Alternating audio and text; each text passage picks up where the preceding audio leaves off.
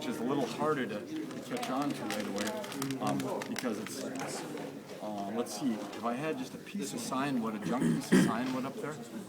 Would you like to practice by doing mine? Yeah. Either way, you can say yes or no. Well, I'll do a little sign wood there first. That one, is that one too skinny? No, I want a bigger one if I can, yeah. Just a, like, pencil size. What kind of bait was it?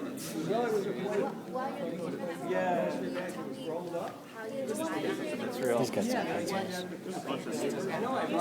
What would make a good candidate? Usually I graft on a smaller tree, you know, so a branch. Sometimes they're trying to rework a smaller tree. There might be some branches going like this out the side of it, and say you have a branch going out the side of it like this. You got a bigger branch going here, but you don't like the variety. You can graft onto this. And once that starts to grow, you can prune back on this existing branch a little bit, so let more sunlight into it here. And then in a year, the next year, cut off part of that branch. Year after, cut it off completely, and this one takes its place. Choosing a smaller one, but it doesn't have to be like a certain, like how far you cut it back to the tree. No, you can graft on larger. This is also called a cleft graft. You can graft on something like this, split it down with a knife, and put a sign in each part of that. You know, that's about as big as I've done. Some people do bigger, and there's other little methods too.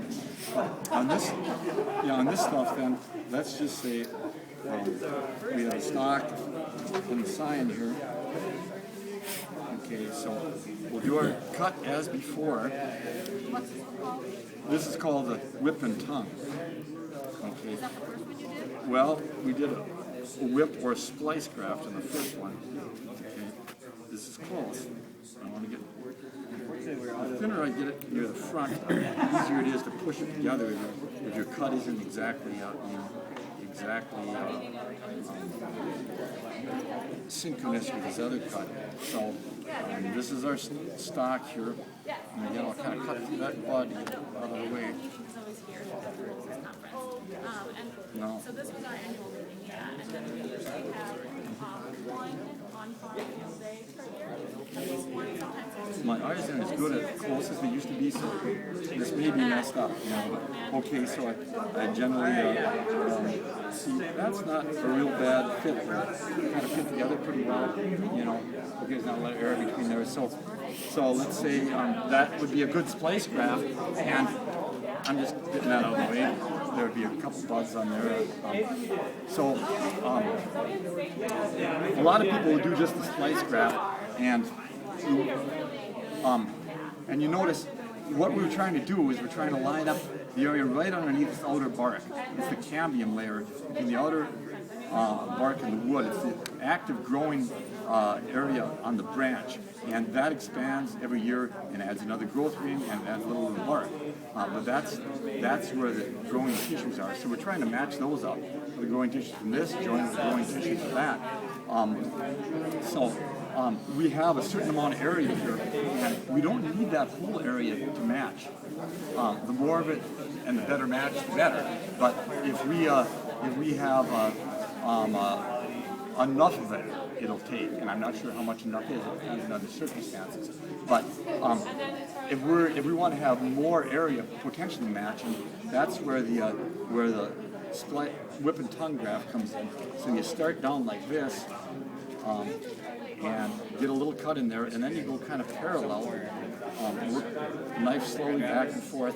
And my hands are dirty. I wouldn't be doing this with dirty hands because it's kind of. I looked away. I cut that off. Okay. Let's just say I didn't cut it off. Yeah. He's cutting the tongue in the whipping tongue. Right. And I got distracted. Okay. But let's say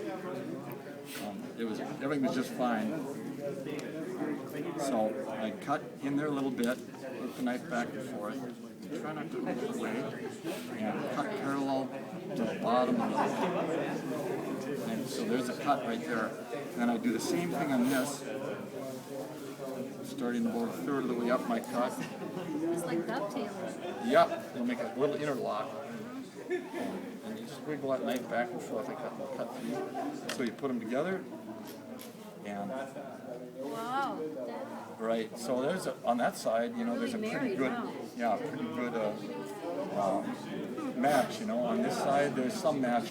So one person told me that you know, in addition to what I said, that it can double the surface area of cambium touching. That if two people are working together, you know, okay, I can make this, pass it over to John. It's all held together. You can wrap it, you know, I get another one going. Yeah, I get a little assembly line thing going. So that's partly probably how this originated, you know, too. Plus, if it's sitting up there and somebody brushes against it, you know, it's not as likely, even though it's wrapped, that splice graft might get knocked out of place. This is a little stronger. Yours is probably a little stronger depending on which direction it's run. The clef. Yeah, you can knock the clef sideways or Right. something and bump it up. So that's kind of the whip and tongue graft, you know. What's the specs for the non-bottle stack when we grab them, when we plant them, what do we expect for when you'd ever apples?